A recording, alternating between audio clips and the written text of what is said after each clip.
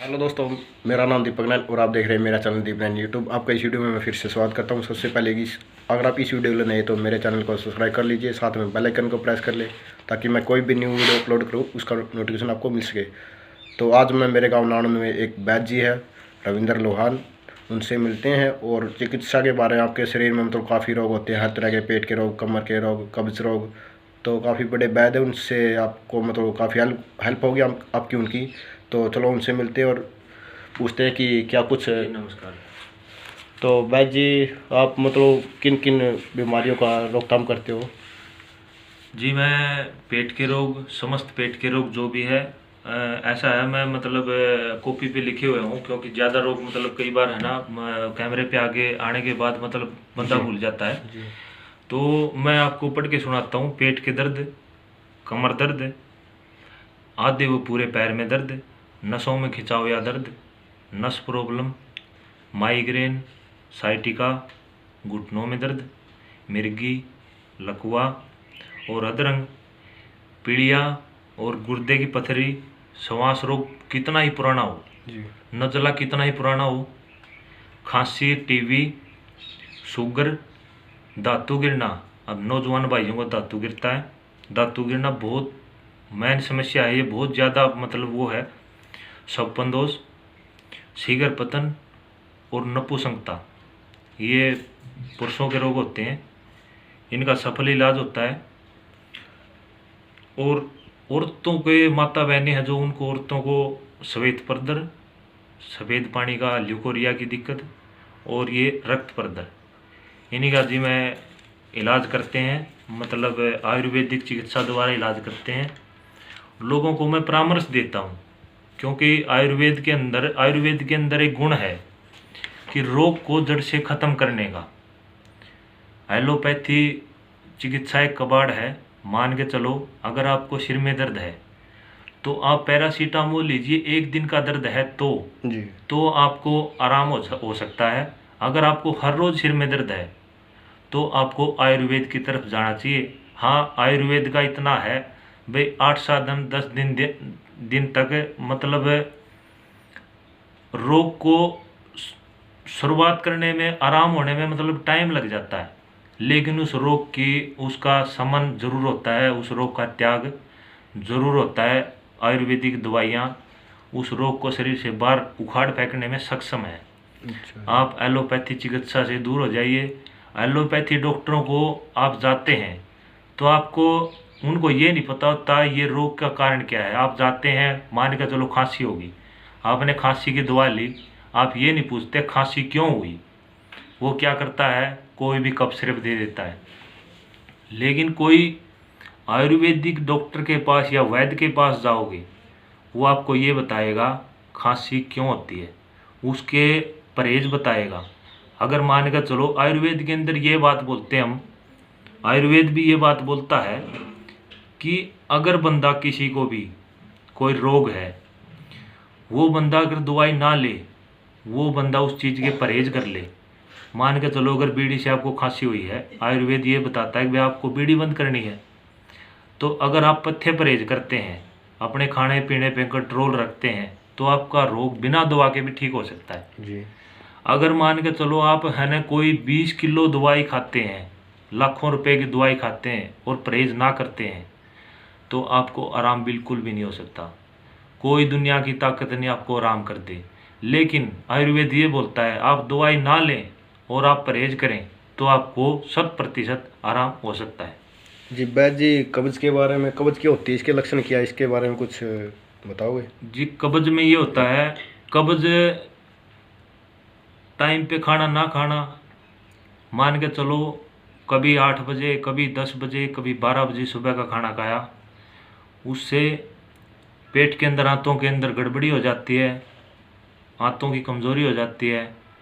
मल का सूख जाना, वो बंदा पानी कम पीता है, या मतलब रेशे वगैरह पर रेशे वाले पदार्थ कम खाता पीता है, जूस वगैरह कम लेता है, या फिर वो तले भुने चीज़ें लेता है, या फिर वो बाई बादी वाली चीज़ें लेता है, तो उससे उसको कब्ज हो जाता है। तो इसके लक्षण क्या है इसमें वैद्य जी? कब्ज होने के? कब्ज होने के ड्रिंक में जाने के बाद बंदा है ना 10-15 मिनट तक बैठे रहता है। वो कब्ज होने के बाद उसको आदमी को गैस बनती है, और गैस के बाद फिर तेजाब बनती है। वो गैस फिर कुपित होती है। वो गैस अगर दिमाग में चढ़ती है तो सिर में दर्द, अगर हड्डियों में चढ़ गई तो जोड़ों का दर्द, अगर चमड़ी में चढ़ गई तो मान के चलो उसको मोटापा। अपने पूरे शरीर के ऊपर आयुर्वेद ये बोलता है, हमारे पूरे शरीर के ऊपर वात का अधिकार है, वात का व्यापार है। 80% रोग वात के हैं, 20% पित्त और कफ। पित्त और कफ में, पित्त में क्या आता है? पित्त में खून के रोग और पेशाब के रोग, और कफ में क्या आता है? छाती के रोग, बलगम, खांसी, श्वास, दमा, नज़ला। तो इन रोगों से आप चिकित्सा कैसे की जाए? आप किसी भी वैद्य से मिलें, परामर्श लें, हमारे पास आएं, अपना लाभ उठाएं। तो भाइयों मैं ये बोलता हूँ, आयुर्वेद को आप अपनाएं। हमारा ये आयुर्वेद क्या है? हमारे खाने का रूप है। मान के चलो हम जैसे रोटी खाते हैं, दूध पीते हैं, घी खाते हैं, वो ही चीज़ उनके अंदर है। तो वैद्य जी, काफ़ी लोग क्या करते हैं, आयुर्वेद को नहीं अपनाते और वो जाते हैं बड़े बड़े मेडिकल में, काफ़ी पैसे खराब करते हैं। तो उससे बेटर ये है क्या? हाँ जी हाँ, कई बार जी मेरे पास मरीज आते हैं, कई बार देखते हैं, परामर्श के लिए आते हैं। तो मान के चलो वो क्या बोलते हैं, जी मेरे कमर में डिस्क प्रॉब्लम है, मेरे को कमर में दर्द है। तो मैं बोलूँगा जी डॉक्टर ने क्या बोला? डॉक्टर बोलते हैं कि भाई मेरे आपको डिस्क प्रॉब्लम है। कोई बोलता है L3, L4, L5 आपको ये दिक्कत है। कोई बोलता है डॉक्टर कि आपको हड्डी बध गई है तो आपको ऑपरेशन होगा। लेकिन हमारे पास आते हैं, हम परामर्श देते हैं, वो बंदा 15-20 दिन में ठीक हो जाता है, क्योंकि उस बंदे की वात कुपित होती है, उस बंदे को कब्ज 100% होती है जी। कब्ज के कारण उसके शरीर में वात, ये मान के चलो गैस क्यों बनती है? कब्ज के द्वारा बनती है। मान के चलो हम 100% भोजन करते हैं, 100% भोजन में से 80% भोजन पच जाता है, 20% भोजन रह जाता है। वो 20% भोजन पड़ा पड़ा सड़ेगा, और सड़न होकर ने जो वात है ना, जो अंदर जो गैस बनेगी वो कुपित हो जाती है। वो कुपित गैस मान के चलो सारे रोगों की जड़ है।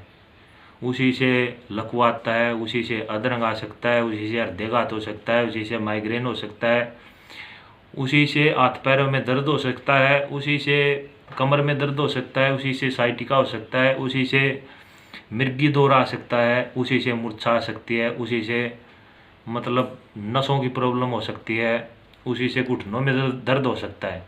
तो फिर आप मतलब किस टाइप से दवाई तैयार करते हो ये? जी मैं दवाई तैयार नहीं करता, मतलब मैं परामर्श देता हूँ। मैं आयुर्वेद को बढ़ाता हूँ, परामर्श देता हूँ, क्योंकि मतलब मेरे को मैं नहीं मानता कि मेरे को ज़्यादा ज्ञान है। लोग आते हैं, मैं उनको दवाई लिखता हूँ या उनको बताता हूँ, वो खाते हैं, उनको आराम हो जाता है। जी। बस ये करता हूँ मैं। अच्छा जी, मतलब ये सब आप कब से कर रहे हो?